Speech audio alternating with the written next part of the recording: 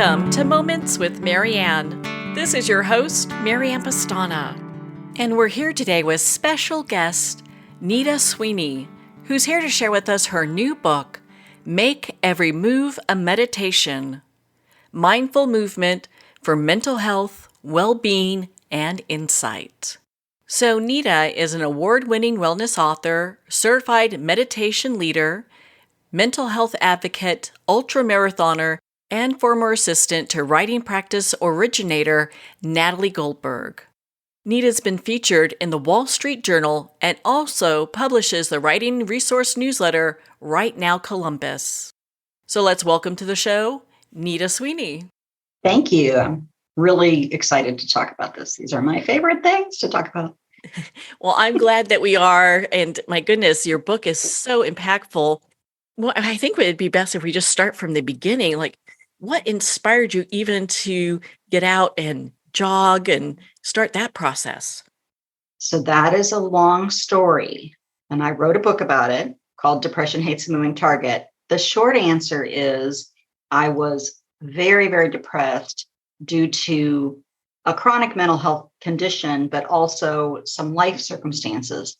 And I had just sort of stopped doing a lot of the tools that I knew worked. But I saw a social media post of a high school friend, and she said, call me crazy, but this running is getting to be fun. And I thought we probably should do a wellness check on her, because the idea of the words run and fun in the same sentence made no sense to me. But I watched her, and she seemed to be enjoying herself, and she seemed to be changing her life in a positive way. And my life was not going well, emotionally, not going well at all. So eventually I leashed up our dog and went down to a hidden ravine near my house. And I set that digital timer that I took with me for 60 seconds, because that's the plan she was following. And in the kind of secret space there, I jogged for 60 seconds. And I did, I think, 20 minutes total of jogging and walking intervals. And gradually, as I continued to follow that plan, I realized that inside myself, I was starting to feel better, and things happened. So it was kind of an accident. I didn't mean to start running, but it totally took. And so here we are. Well, thank you for sharing that. I know the story is much more in depth, and your other book is, I'm sure, very amazing. I've been looking at that as well. So when you decided that, okay, so I'm going to incorporate movement into meditation, how did that come to be? Well, I'd actually been meditating for a very long time. That's one of my primary mental health tools. But I hadn't, we did walking meditation and retreats, but I hadn't consciously thought about movement as meditation. But when I started running, it didn't take long for me to realize, I can meditate while I'm doing this. I can choose a sound or a scent or a visual object of meditation. I can choose body sensations, anything from pleasure, pain, all the things you get when you move, and use those as my object of meditation. And then I knew the other principles, which is, the concentration of gently bringing your mind back, equanimity, having a balanced mind about whatever's happening. And that has helped a lot with running, because some days it doesn't go well. And what do? Are you just going to give up? There's a lot of ways to deal with that. But with meditation, we learn how to let whatever's happening be and continue regardless. And so it just seemed like it was a perfect fit. In fact, I was probably doing it without really consciously thinking, I'm meditating while I run, because it was a tool that was already in my toolkit. So when I started talking to people about it, I'm in a running group, and one morning we were all out on the trail, and somebody asked me about meditation because they knew that's a thing I did. And I said, I was just meditating just now. And the woman just looked at me. She said, that's a thing? You can meditate while you run? And that's kind of when it hit me. This is something people don't really know about, or a small number of people do. So let's get this information out there. And I had had regular conversations with my publisher, and they really liked the idea of a book that's specifically about meditation while you move, because in most meditative practices, sitting is the posture. We see the person cross-legged, in the common posture, but that posture is only one of many that you can use. I mean, yoga, all those postures can be meditative depending on what you're doing with your mind. And so that's when it became really interesting to me. Oh, this is something that I can educate people who might not be aware of that. What do you think stops people from starting a process where they can go jogging or start meditating? Oh, I think it's mostly their mind. I think it's mostly the idea that this is going to be hard. It's going to be, I'm not going to be good at it. Somebody else might be laughing. Mine was people will laugh at me. So it's also kind of individual because we have different personality types. But for me, it was people are going to laugh at me, or I'm too old to do this, or I'm too overweight to do this, or I'm going to kill myself by I'm going to have a heart attack. I'm going to give myself a heart attack. So there's a lot of different reasons. I think with meditation, people think that they have to calm their minds. They think, oh, my mind's too busy, I can't meditate. Whereas actually, the calm happens to you. You have tools. I have a tool that I use to try to allow my mind to calm. But there are days where it's very chatty in my head. That's just the way it is. And so I think there's just these common misconceptions. It's going to be boring. It's going to be too hard. It's a waste of time. I can't do it. I'm not good at this. Doesn't interest me. It's, again, the boring thing. Lots of myths around it. I've heard some of my friends say, well, I don't really think it's for me, but it sounds like there's almost a fear base to just starting because they just don't know where to start. Yes, that's the other thing too. I don't know. I mean, I think there's just so much information out there, and yet it can be really intimidating because, again, the common thing you see is somebody who looks on the outside really peaceful. But when if you tried to sit and you haven't sat before, the mind is going to go, wait a minute, what are we doing? We're being still here. The eyes are closed. Is it time to go to sleep? And then if not, then the mind goes, well, we really should be working on the grocery list, or there's that project at work, or man, we need windows in the house, and how are we going to pay for that? The mind is doing its thing. And I think there's just a lot of misinformation, or not misinformation, but confusion about what meditation really is. Whereas all of those things can become part of the practice. And I that's kind of what I'm trying to do, is make it really, really accessible, really, really simple, to kind of clear the cloud of confusion around what it means to practice, why you would practice, and how to practice. What are some of the benefits of movement? We don't have enough time. No, I'm just joking. Um, oh, well, the biggest one is, of course, physical, is that you're just by walking around the block. If you're not usually walking around the block, you can increase your lifespan just by walking around the block. There's tons of science about that. And the more you exercise, the more, to a point, the more that you get that benefit. So that's the physical benefit, lowered blood pressure, the cholesterol counts can go down. I mean, all the numbery things that your doctor's going to look at, all of those gradually can improve with any kind of movement activity. Pickleball, Brazilian jiu-jitsu, walking around the block, any of it all counts. Then the emotional benefits, lots and lots of science, many, many studies that talk about what an antidepressant movement is, how mood lifting, how beneficial it is to your kind of psychological well-being, to get your heart rate up just a little bit, possibly break a sweat. Those things boost, the serotonin levels, dopamine, all of those things that makes us feel emotionally better. Again, lots of science behind that. Cognitively, people who exercise tend to have sharper minds. They can do I think I'm trying to think of the study, and I'll get the numbers wrong, and I apologize for that. I'm not a mathy person. but they had two groups of students, and they had one group of them exercise before they took a test and the other group not exercise. And the people who exercised did better. Just, just these basic kind of number things. There's lots of benefits. And I know that for me, the benefit that I make no promise about this, but I was able to get off many of the antidepressants, the mental health medications that I was on. At one point, I was on 6 medicines. I think I was on 4 when I started running.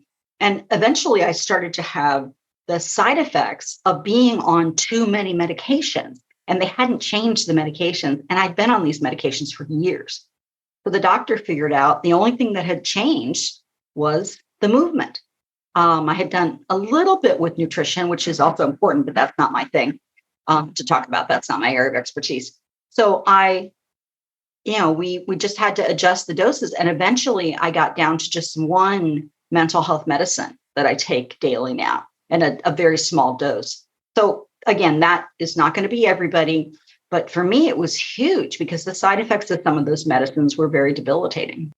Thank you for sharing that. I think a lot of people, especially now, because we're kind of in this epidemic of depression, anxiety, stress, loneliness, and you name it, where people are feeling like they're disconnected and are having to take medications. So to have and not say it's an alternative, but have something that can help improve their life and their mental state while we're doing it, hey, why not, It's always worth a try. I mean, that's the thing. It's always worth a try. So let's say someone, brand new to jogging, they have never jogged in their life. This is going to be the first time they're going to do it. So how did they really start with that? I know you talked about, taking the dog out and doing it for 60 seconds. Why was it the 60 seconds? Because it seemed doable. If somebody told me I had to go run a mile, I would have said, oh, forget it. Let's just have some more bonbons.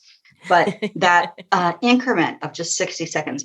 And the plan said a lot more than just 60 seconds. I think it was 60 seconds of jogging, and then I think a minute of walking. But what I would say is go online and find a couch to 5K plan, contact someone like me who offers coaching, join a group, but do it in a very gradual way, because that's the other thing that people do is they think, okay, I have to run.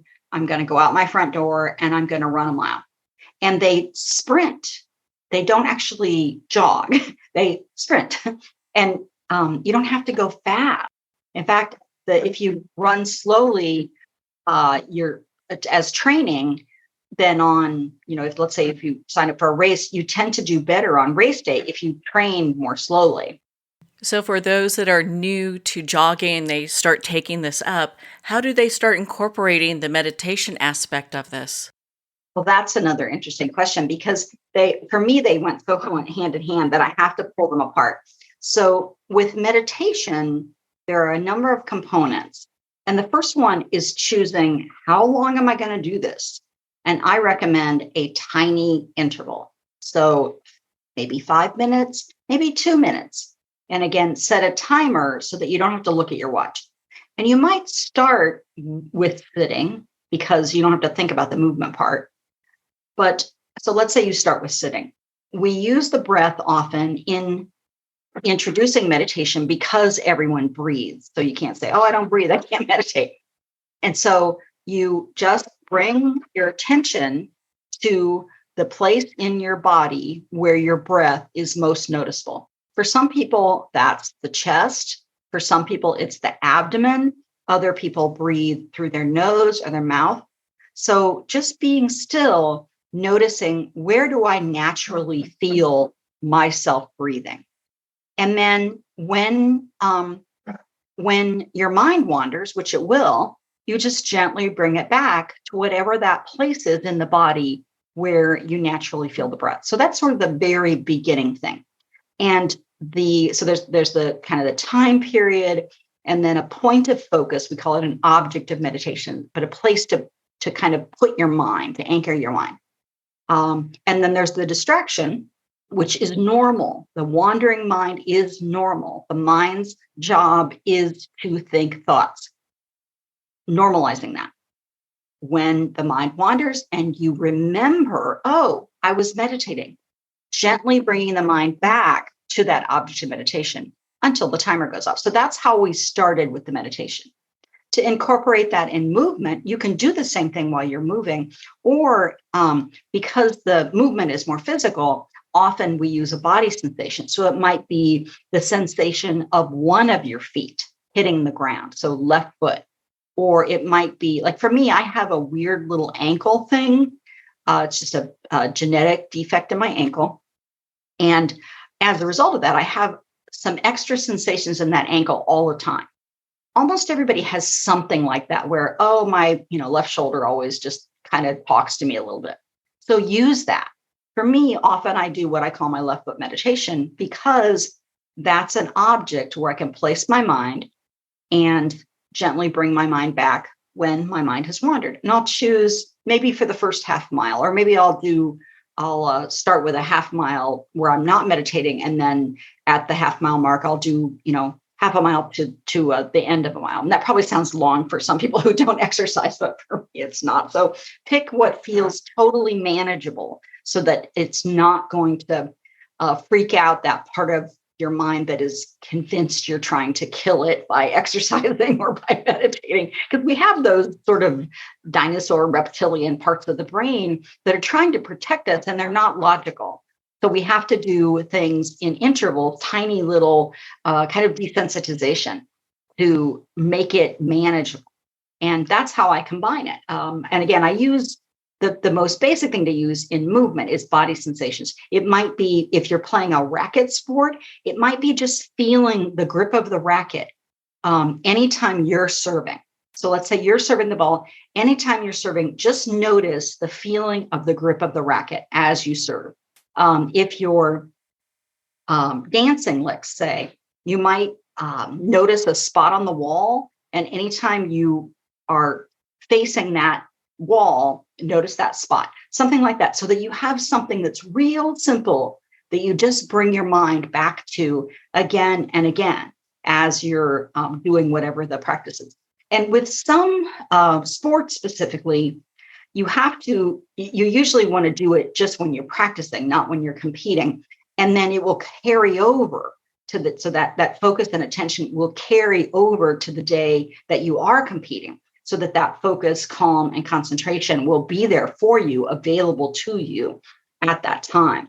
But it's all practice. And so we practice when we practice. How long have you been running? I started in 2010. So it's been 12 years now. Oh, I just had my run-iversary is in March. Oh, well, congratulations. Thank you. And during this time, because you went from not running at all, what type of running events do you do now? Well, it depends on kind of where I'm at. I've had a few months where I've had a little, it's not V virus, but some kind of a bug that I'm having trouble shaking. And so I've done a bunch of tests.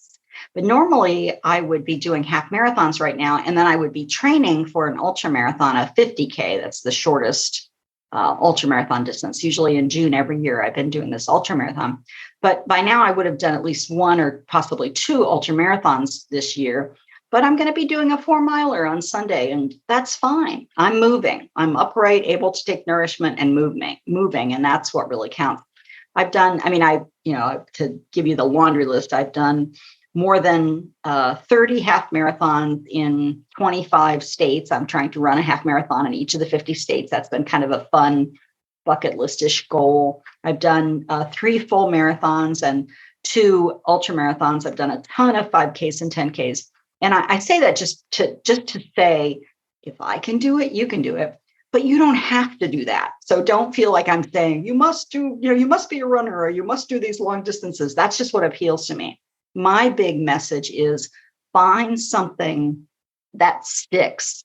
Find something that brings you joy.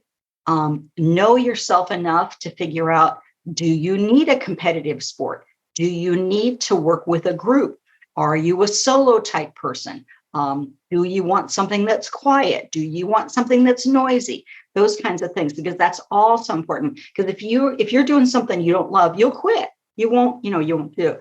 do it for very long. And it's so important to find that thing that brings you a heart joy in addition to all those other benefits we talked about. I was so impressed in your book, and my goodness, I mean, your running's just amazing. And I think it's so inspiring for many people who want to maybe make really big changes in their lives, starting small, Yes, that Atomic Habits, we've heard that book. And I've been saying that for years, that tiny changes, just little tiny changes. So my suggestion, I do coach people, and one of the things I suggest is to choose goals so small that you can't fail.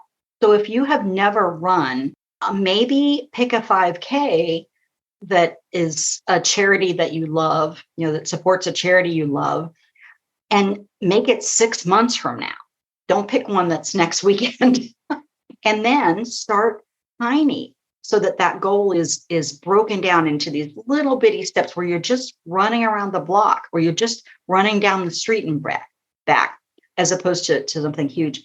And I just think that that especially right now, at this time in the world, this time in history, overwhelm is a huge issue for almost everybody. People are overwhelmed just by existing.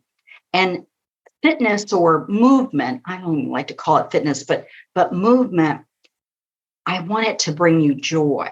I want it to be a reprieve from the rest of life. And the same thing with meditation. It's funny because with meditation, one of the common myths is that you use meditation to escape from things, when in fact, the way I practice meditation and the way I teach it, you escape into the thing. So you become so fully present with the movement that you're doing that the rest of the world disappears. There's just the movement. You're just so in it. And that's a reprieve. And you can come away tired from movement, but refreshed, emotionally refreshed, mentally refreshed, and physically refreshed ultimately. So yeah, I really encourage these tiny little steps that make it easy for yourself. Life is tough. Life is really tough right now. And so do it where you can and how you can, and in a way that brings you joy.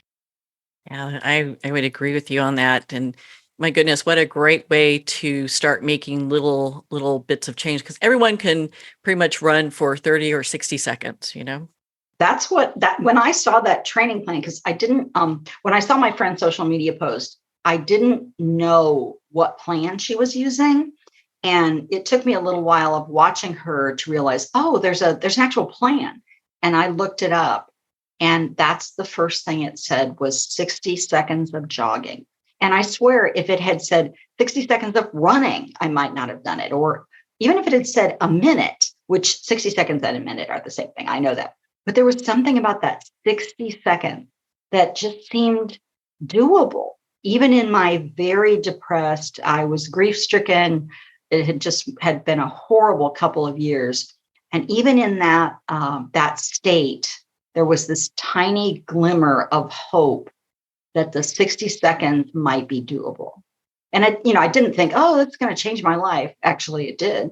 But I just felt like I needed something. Something had to be different.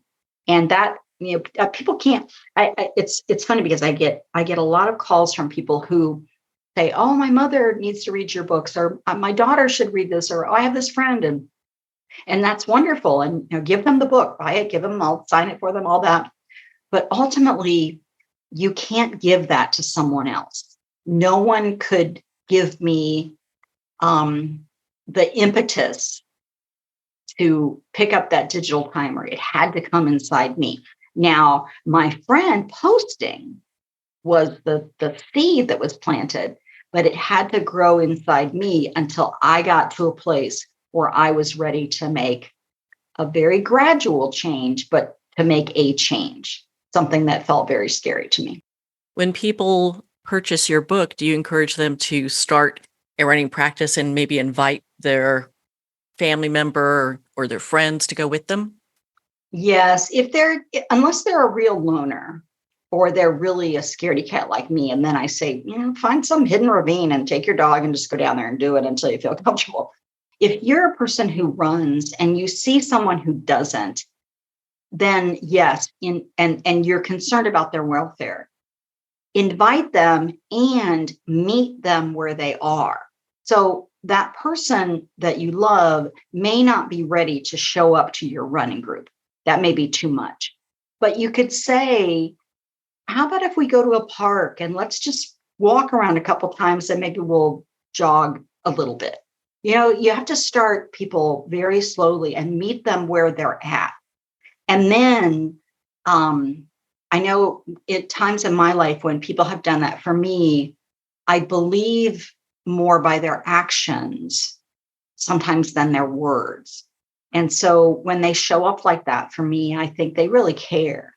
And then that makes me a little more open to make a change or try something that might be scared. I'm a very anxious person and with serious mental health issues. And so someone who doesn't have that situation might be more inclined to say, oh, sure, I'll go to your running group.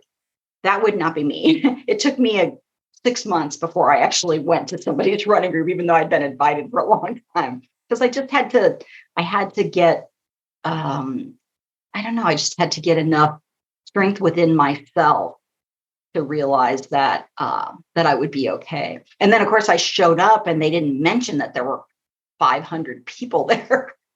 But then I was there and it was sort of too late. And that was probably a good thing. We have a huge committed. Yeah. Well, I'm in Central Ohio, United States, and Columbus area, and it's the 15th largest city, 15th largest metropolitan area in the United States. So it's actually that's normal for us to have a huge running group. It's sponsored by a local running or a national running store chain. So it's pretty normal. And I just didn't put any of that together at all. But it was fine. It was just fine. Because when we ran, I'm still in that group. We run according to pace. And so you're only actually with 20 or 25 people. You're not with that whole crowd because there's everybody from the, like Boston marathoners, 5-6 minute milers to the walkers and a whole bunch of groups in between. So I didn't actually have to run with that many people. It was just this little group. And even within that, the trails are narrow. So you're only talking to or having to interact with really one person, maybe beside you, a person in front of you. It's not as intimidating as I thought it was going to be at all. I could see where that would be a little bit easier because then you can do some running. And then if you figure, okay, I need to take a break, you could still get into the walking and kind of do the combination of the two, right? Yes. And I now, excuse me, I do what is called run, walk, run. It was it was coined by a man named Jeff Galloway, who is an Olympian. And we actually have a group. We have several different pace groups that do run walk. And so the whole group is, running for 1 minute and then walking for 1 minute and running for 1 minute and walking for 1 minute. But most importantly, afterwards, we go to breakfast. And that's the most important. I can see that. But I think that that's the thing is that if you're not familiar with the running community at all, you may think, you just see the New York Marathon or the Boston Marathon or something like that. And you don't realize that there are groups for everything. There just really are. And even if there's not a group locally where you live, there are online groups that then check in with each other. So I'm a part of this amazing group called Still I Run, Runners for Mental Health Awareness. And they have different chapters around the country. But even if you're not in that chapter, there's a online group and people post in, hey, I ran 2 miles and they might talk about their emotional state that day. There's always a person that types med check just to make sure everything in their meds, things like that. So there's lots of different, and that's a more mental health focus. But even within regular groups, there's groups for people who are trying to at a certain pace, or people who are different age groups, or people who are meeting different goals, or people who are just starting out. There's all kinds of groups now that we have the whole online world available to us. Did you mention that website one more time? No. Yeah, it's Still I Run, and it's stilliRun.org. And it's a great mental health running community. They're mental health runners for mental health awareness, I think is their tagline, but so it's STILLI Run, RUN, STILLIRUN.org. Thank you. I think having a resource like that, especially now, is so good to hear where people can kind of start off. And you talk about the meditation part quite a bit, of course, in this book, and it's just amazing. I love how you start, basically off of talking about the present moment. And aren't we always in the present moment? Like, what's the difference? Yeah, that's sort of it's kind of a duh thing sometimes, because there really is nothing else. And we spend mentally so much time in the past and the future, whereas really there is only this moment. And so that's the practice of meditation, is for a particular interval of time during the day, is to just bring your awareness to where your body is, bring your mind where your body is, and over and over and over again, so that you learn how to do that on a more regular basis. And then with a quality of mind that is, we call it equanimity, but it's like an impartiality or a balanced mind. And that helps us learn how to be with difficult things, and also how to experience joy more fully, because we're not pushing and pulling on it. So as we are starting our practice and using these techniques to bring our awareness back, it's, I mean, we can expect that our mind's going to wander, and then we just gently bring them back, right? Right. And that's, again, one of the biggest myths, probably the most common thing I hear. I can't meditate because my mind is too busy. And of course, you're a smart person. Your mind likes to work. So what we do is we create an environment to help the mind slow the thoughts, slow on their own. We pick that object of meditation, often starting with the breath, just because that's a common denominator, and the mind will wander, and we remember, oh, that's right, I'm meditating. And as opposed to in fact, this might happen where the negative voice will come up and it'll say, see, I can't meditate. My mind just wandered. I couldn't even remember I was meditating. So dropping those thoughts, noticing them, dropping them, and very gently bringing our attention back to the breath or whatever we've chosen. And then again, the mind will wander. We're off on the grocery list. We're off on the, sidewalk that's cracked that needs replaced, whatever it is. Oh, that's right, I'm meditating. Gently bringing it back. And the analogy I use in Make Every Move a Meditation is about training a puppy. So if you ever trained a puppy to walk on the leash, they're all over the place. They're sniffing, they're pulling, they don't know what they're doing. And you wouldn't yell at the puppy or kick the puppy or yank it off its feet. You just very gently guide the puppy in a very loving way. This is a creature you love. Guide it back to where you want it. And then you keep walking, and the puppy wanders off, or it stops, and you guide it again. And the puppy finds something else interesting, and you guide it again and again, back and back, with this very gentle attitude that most of us don't know how to do. We have been steeped in the punishment as motivation school of thought. And I don't know how to say it. We're just not used to loving ourselves in this way. And so that part gets a little foreign to people also. Well, I think that's such a great practice. And I love the analogy because it lets us cultivate some self-love and self-care for ourselves. Yes. And it's so much more effective than the critical mind. And what happens is then in the rest of your life, you'll start noticing the critical mind too, and thinking, if I'm, instead of yelling at myself for forgetting the laundry, how about if I just get the laundry? It's like drops the story, and we learn that more it's an impartial attitude, whereas, or kind of a matter of fact attitude, even more than impartial. Just, oh, that's right, I just forgot the laundry. Okay, well, we'll go get the laundry now. Or if it needs to be rewashed, we'll rewash it. And things are no longer this big deal, this big drama.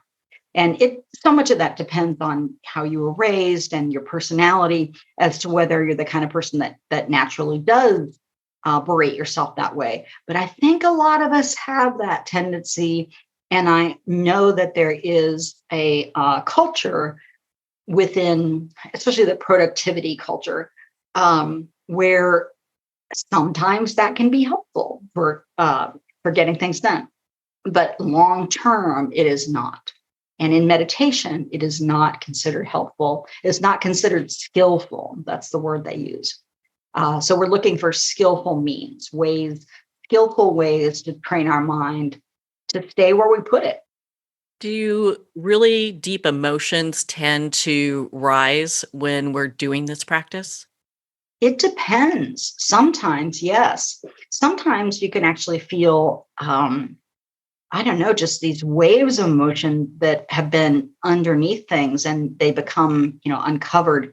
There's an entire line of training that's being incorporated into all mindfulness teaching and meditation teaching about trauma informed. Because if you're a person who has experienced trauma to the point that it is impacting your life negatively, when you meditate, that might come up and you might need to talk to a mental health professional about that. But a lot of meditation teachers are trained to deal with that. So it's perfectly normal for huge waves of anger, huge waves of sadness, huge waves of joy, ecstasy even, to arise because we're dropping everything that was in the road. All of the smoke screens, all of the distractions drop away when you're just focused on one thing, you're fully present, and you've dropped the emotional kind of static around it. And you have this equanimity where it's just a kind of a balanced mind. And that allows all of those thoughts and body sensations around emotions to appear in ways that they might not have before. I find that so fascinating. It would appear to me that people are having an opportunity to work through some things that maybe have kept them stuck. Yes, and you work through them in a different way than there are some therapies that work through them in a very similar way, but you work through them in your body. So anger, for example, has physical sensations associated with it. There are also often thoughts associated that may be mental pictures or they may be words in your head. Actual, you're like hearing people saying things. And I'm not talking about voices like psychotic voices, but we all hear, we remember words, we remember sentences, or like TV shows. You'll remember, you can hear somebody on a TV show say a thing that you in your memory. So those thoughts and body sensations are what actually make up the emotion. And in meditation, we learn how to be with those as they arise and pass and separate them out so that we notice the maybe a burning sensation in our throat or our gut, maybe a mild tension in our head, alongside thoughts or a visual memory that are happening. And that often all happens so fast that we don't even realize it's happening. And with meditation, we can allow it to arise at its own pace and we're fully present with it. And then it will pass. And when we can let it pass that way, it processes in a different way and it becomes unstuck. It has its own little flow. Whereas often we're pushing and pulling on it. We don't want to experience the anger. Or for some people, anger is very motivating. And so they want to experience the anger. They're like trying to supercharge the anger to get themselves doing things or get themselves motivated. And with meditation, and all of those are totally legitimate ways of coping. But with meditation, we don't do either of those. We just let it be exactly as it is. And notice what that's like with as much focus and, with as much concentration as we can, so that it is just that experience as it's happening in real time. So we're not, we might bring up a memory and work with that, but mostly the memories will arise on their own. So we just create a container for the emotions to arise on their own. And then through the practice, we allow them to do their little dance, is what they say. They rise up, they do their little dance. And if we don't push or pull on them, usually they then pass away, and then they might rise up again. But it's just a different way of processing is kind of the word that often you use in therapy. And it's a little different than therapy, because you're not necessarily bringing things to mind or talking about things.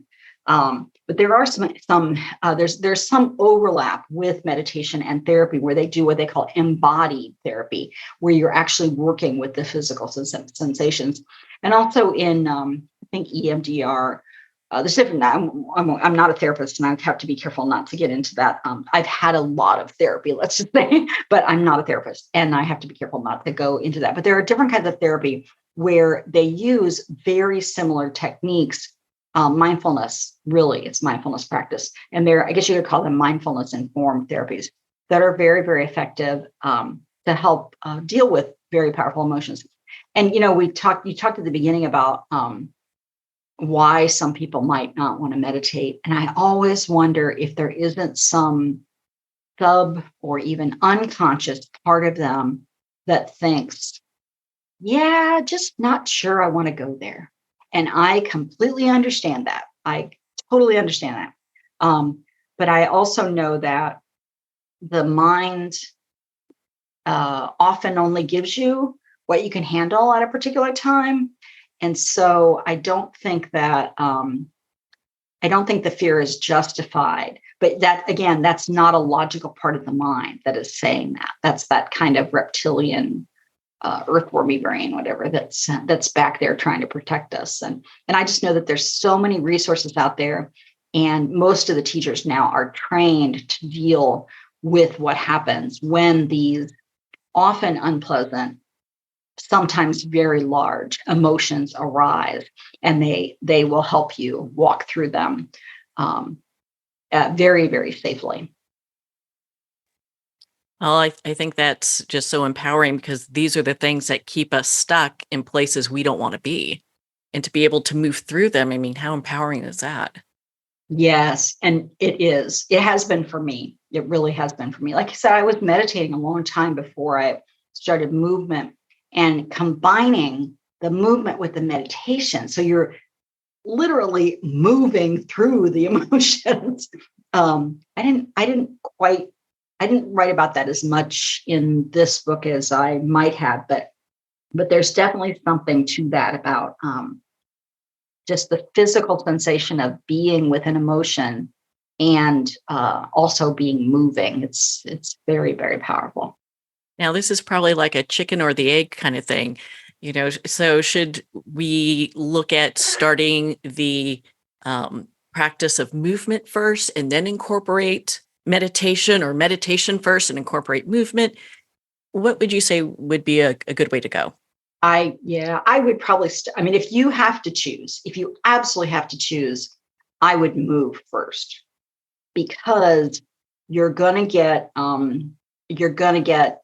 well, they both have, the benefits actually overlap, but I would move first, because I think that's that unstuck place, that physical part of taking the body somewhere, even if it's pickleball. And pickleball is wonderful, but it's not, I'm not saying like in running, you actually go someplace, but that movement of the body often can short circuit that part of the brain that's telling you can't do something. And that will make it a little bit easier when you start meditating. So I probably would be move first, but meditate very quickly after.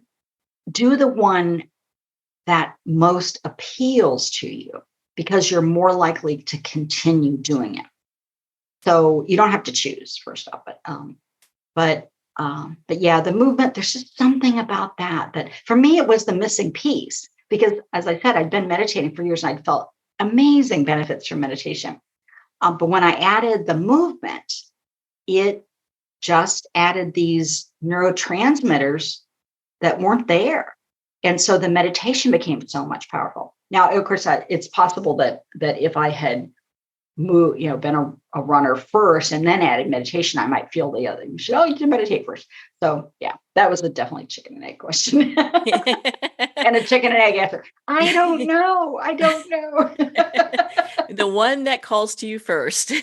Yeah, there we go. That's what is where I should have started. No, well, you did say that. You did say I that. know. Yeah. And that's, I think, important because a lot of times people are like, well, where do I start? Where do you even get going? And so this gives them a way to go ahead and start looking at this in small, like how you're talking, these small little steps forward. Right. Just take some kind of action. Really. In fact, that's how I actually ended the first book that I wrote, Depression Hates a Moving Target. At the very end of that book, it says one small action, any small action, just take that step, no matter what it is. Just get, because it's, inertia is, we always think of it, oh, I'm stopped. But inertia is also when you're moving and won't stop moving unless you're interrupted by a force. So we're fighting inertia in the sense that if we're stuck, we have to get moving. But inertia is also our friend in the fact that once we get moving, we will keep moving. I kind of like the chapter where you talk about whose idea was this, Yeah, one mind. But it's nice to be able to add, some input and levity on that, because I think a lot of times people will be like, oh, okay, I can do this, or maybe I can't, or they start running a mile and then they think they're crazy, Yeah. No, you're not. You need to meet my friends. I have 70-year-old friends who run 30 miles for fun. So it's a odd kind of fun, but that's what we do.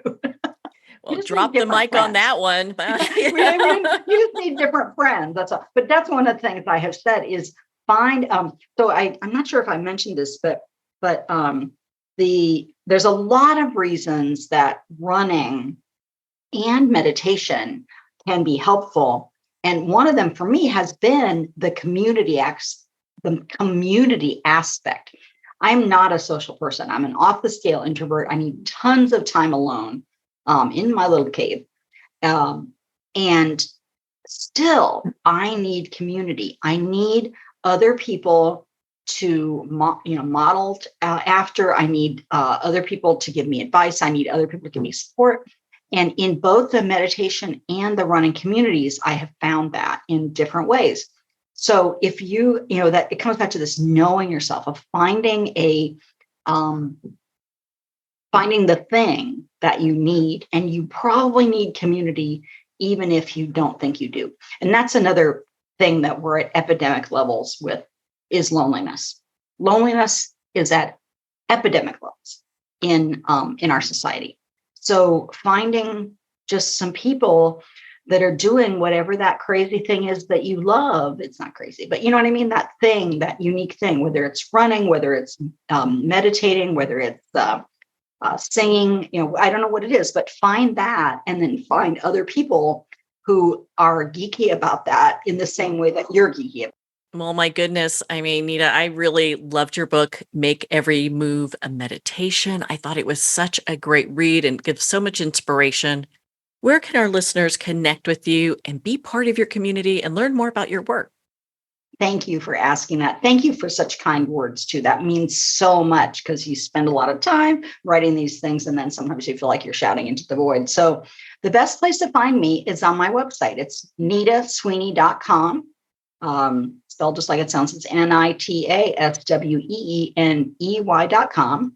And I have a newsletter that you can sign up for there. There's also a free book, 3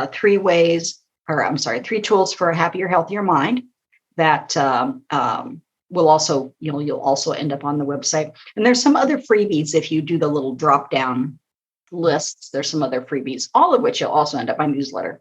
because that's the main way that I like to really interact with people. I'm on the social media channels, and I do have a Facebook group called Mind, Mood, and Movement, which I post a couple times a day in that. And so if you're a big Facebook person, that's good too. But again, my website and my newsletter are the place to get the books and to connect to the newsletter. And my editor always likes me to say that my books are available wherever fine books are sold. So, if you are a Barnes & Noble person, if you're an Amazon person, whatever, they're all on audio. Well, actually, 2 of the 3 are on audio also, and ebooks, of course. So yeah, it's all out there. And if you have any questions, I have a contact form. I love to hear from people. I love, love, love to get reader email. Oh, my goodness. Well, Nita, thank you so much for taking the time to be on the show with us here today. Thank you for the great questions. It's been a fun conversation. I've really enjoyed it. So thank you again for inviting me. Well, thank you, Nita. It has been such an honor to spend this time with you and to talk about your new book, Make Every Move a Meditation: Mindful Movement for Mental Health, Well-Being, and Insight. As Nita was saying, Make Every Move a Meditation's available to Amazon, Barnes & Noble, and all indie retailers. And if you don't see it on the shelf, just ask for them to order it. And of course, remember to support our indie bookstores. Well, on that note, we're going to pause here for a quick moment, and we'll be right back after this message.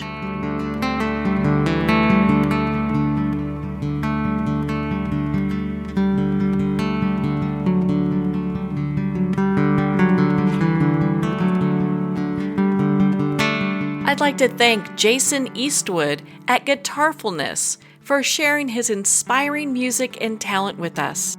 His music is known worldwide for cultivating atmospheres of harmony, inner peace, and clarity. Visit Jason's website at guitarfulness.com. Join his newsletter, be part of his community, and download his music.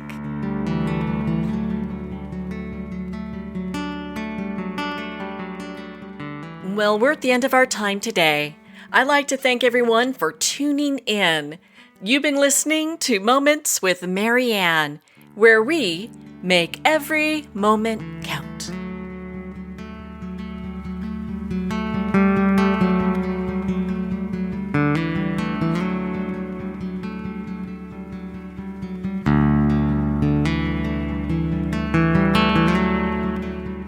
In a single moment, your life can change. Moments with Marianne is a transformative hour that covers an endless array of topics with the best of the best. Her guests are leaders in their fields, ranging from inspirational authors, top industry leaders, and business and spiritual entrepreneurs. Each guest is gifted and a true visionary, a recognized leader in her own work, and while teaching others to develop, refocus, and grow, Marianne will bring the best guest and sometimes a special surprise. Don't miss this. You never know just which moment will change your life forever. Make sure to tune in and visit momentswithmarianne.com for more information.